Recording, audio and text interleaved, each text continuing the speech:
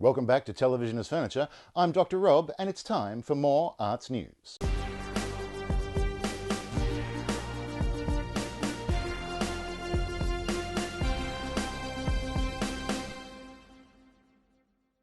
Dateline November 2021. Ish. This month, a further $241 million expenditure for the redevelopment of the Melbourne Arts Precinct was announced by the Andrews government, bringing the total of the project to $1.7 billion so far. Look, I'm sure many of us have seen grand designs, so we all know that the midlife crisis renovation project is going to blow its budget in the first 6 months and leave the incomprehensibly rich boomer couple knee-deep in mud and discreet calls to divorce lawyers. So this should hardly come as a surprise, or count as news. The new money is to be spent on upgrades to the theatre buildings, including better acoustics, improved accessibility, 2 new loading docks, upgraded rehearsal facilities, and renovated dressing rooms. There's also a new restaurant, a new cafe, and a new elevated public park planned for the site. So here's my thing. That's great and everything, and it'll make the Arts Centre seem brand new for all of 5 seconds. But it would have done a lot more good if that money had been put into funding some local companies and artists to make work and build audiences in the ring of suburban performing arts centres that already exist 10 to 20 k's out from the city. At the moment, those are usually run by a skeleton staff of administrators who buy in pre-made shows from the big companies or the commercial sector instead of presenting new works that are directly relevant to the local audiences. But no, I get it. Buildings are fun and there's nowhere on a theatre company that you can put a plaque with your name on it. Misinformation is like a virus, according to Rose Hiscock, director of Melbourne University's Science Gallery. During her recent lecture, she told attendees that you may not think of the cultural sector as a primary mythbuster or source of truth for health facts. However, the experiences of the last 18 months demonstrate how arts, sciences, and the creative sector can come together to tackle mistruths and greater challenges. Oh no, Dr. Rob, don't be mean to the nice science lady who's just trying to reach out across disciplines. Well, alright, the sentiment is nice, but the sense of trepidation in the phrasing is telling. Yes, that is a thing the arts can do, help communicate the messaging around important science stuff like climate change and vaccination. And let's not kid ourselves, the sciences have a messaging problem just as bad as the arts. Sure, STEM's very popular in school, but the research it produces in the real world, well, I hear that's selling about as well as a new Australian sitcom. And once they've done cutting the last of the arts and humanities faculties, who do you think the monster is going to turn its all-devouring hunger on next? When they came for the paleontology department, I said nothing because I was not interested in digging up old dinosaur bones.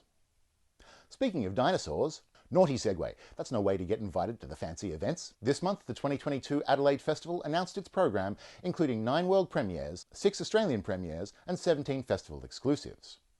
I doubt I'll be getting an invite now, since I'm mostly just reviewing things on YouTube these days, but the program includes Watershed, The Death of Dr. Duncan, which is the one I'd be most looking forward to if I were going.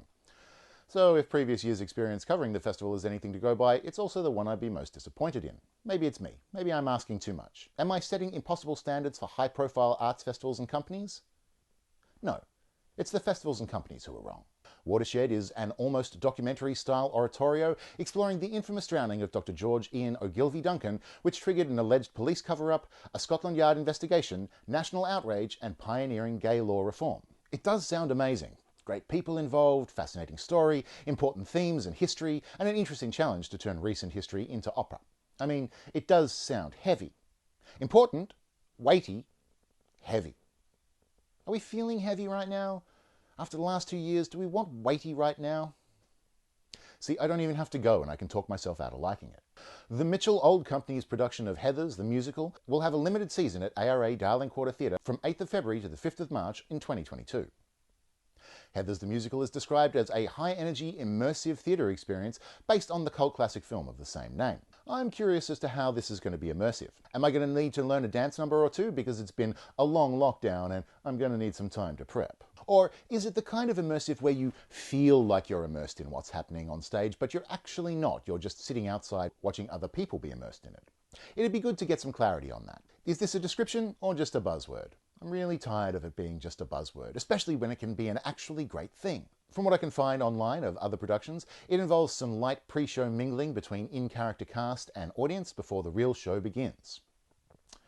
Now, off the top of my head, I can think of 3 things that you can do to make it more immersive than that. School photo, anyone? Vote for prom king and queen based on interactions with the cast? Photos which could be printed up backstage and presented to everyone on their way out as the yearbook? Recruiting people from the audience to help with the school musical in backstage and technical roles. That's 4 things you could have the audience doing before and during your show if you're going to call it immersive. Other than that, I hope it's great. I'd really love to see it digitally, and I hope it does well. It's been a long lockdown, like I was anything close to rehearsal-ready condition 18 months ago. I'd also like to take this opportunity to apologise for my overuse of air quotes. Varley Burt Newton, another past giant of an entertainment era all but lost to us now. I brushed past him once in the corridor at Channel 10, auditioning for the morning show when I was 16. We didn't get the gig.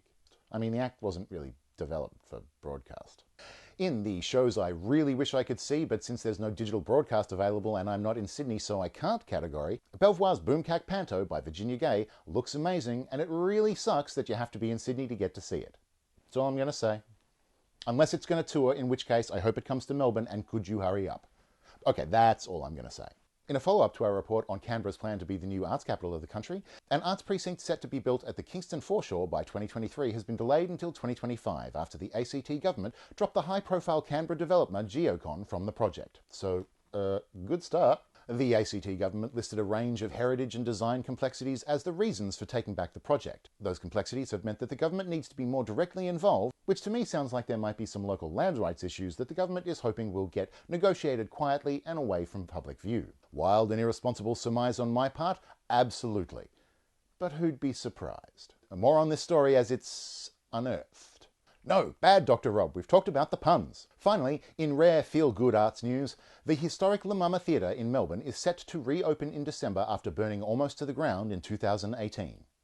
The best little theatre in Australia is launching the new building with the Warrack Banksia Festival, featuring over 400 artists and 90+ acts over the long weekend. No jokes about this, it's just an actual good thing that's happening. Though I will admit that right now I'm feeling a little like a contestant on Wheel of Fortune spinning the wheel and chanting "Big money, no whammies" like a mantra after all the reopenings and sudden reclosings in the last 2 years. And that's all the arts news we've got time for. See me next time there's any arts news.